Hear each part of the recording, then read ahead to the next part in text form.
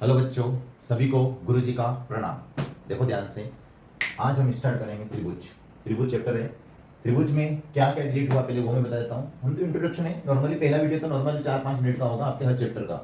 हर अध्याय का पहला वीडियो 4-5 मिनट का ही रहेगा, ठीक है बच्चों। तो सबसे पहले त्रिभुज। त्रिभुज में समरूप आकृतियां कितनी प्रश्न वाली थी पहले? 6.1, 6.2, 6.3, 6.4, 6.5 5 प्रश्न वालियां थी इससे पहले। और अब एनसीईआरटी ने 2 प्रश्न वालियां हटा दी, पाइथागोरस थ्योरम और इससे पहले वाली, ठीक है। 6.4 और 6.5 आपकी किताब से हटा दी है बच्चों, यानी कितना आपको कम पढ़ना पड़ेगा। और ये तो कुछ नहीं, पहली तो ऐसे ही हो जाएगी, दूसरी भी इजी, मैं तो थोड़ा सा टफ पड़ेगा तीसरी प्रश्न वाली।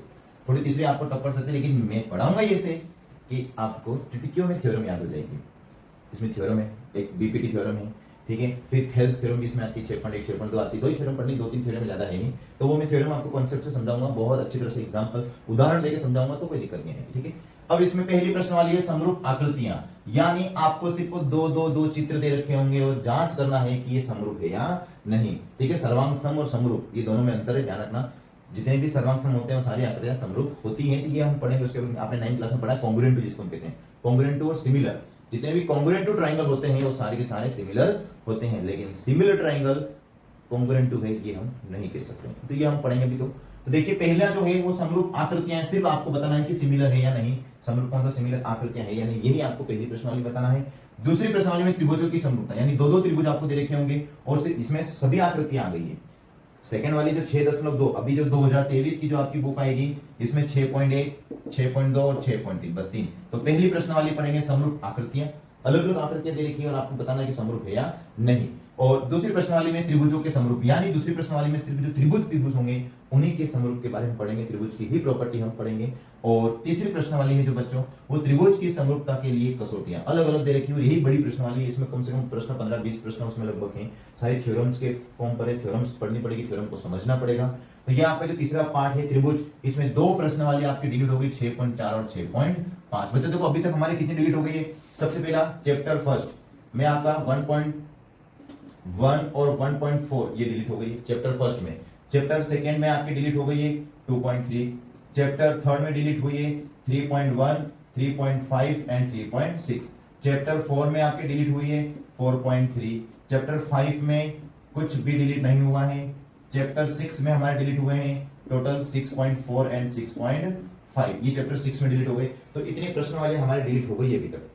1 2 3 4 5 6 7 8 9, मैं आपको टोटल बता देता हूं पहले क्या क्या डिलीट हुआ है। ये 9 हो गया। इसके बाद जो चैप्टर 7 है इसमें सिर्फ 7.3 जो कि त्रिभुज का क्षेत्रफल निकालने वाली जो प्रश्न वाली थी वो आपकी डिलीट हो गई है।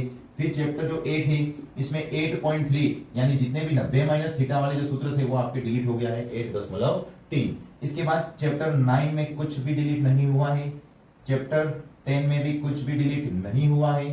फिर चैप्टर 11 पूरा पाठ डिलीट कर दिया, पूरा पाठ हटा दिया, पूरा पाठ। चैप्टर 11 रचना कंस्ट्रक्शन, पूरा पाठ को हटा दिया है। अच्छा है बच्चों को, इसे इजी था, लेकिन कंपास लाना बच्चों का, हर साल कंपास लाना, प्रैक्टिस करना, टाइम इसमें थोड़ा ज्यादा लग रहा था एग्जाम में भी, इसलिए हटा दिया। चलो ठीक है, कोई दिक्कत नहीं। और जो चैप्टर 12 है इसमें आपकी 12.1 भी हटा दी और 12.3 जो कि बच्चों को सबसे टफ लगती थी 12.3 जो कि हटा दी। उसके बाद चैप्टर 13 में 13 पॉइंट लास्ट की जो 4 है उसको हटा दिया है। और चैप्टर 14 में लास्ट 14.4 को हटा दिया है। और चैप्टर 15 में कुछ भी नहीं हटाया है। मतलब 1 2 3 4 5 6 7 8 9 10 11 और इसकी 2 एक्सरसाइज 11.1 और 11.2, 11 और 12 13 14 15 16 17 एक्सरसाइज टोटल आपकी हटा दी है।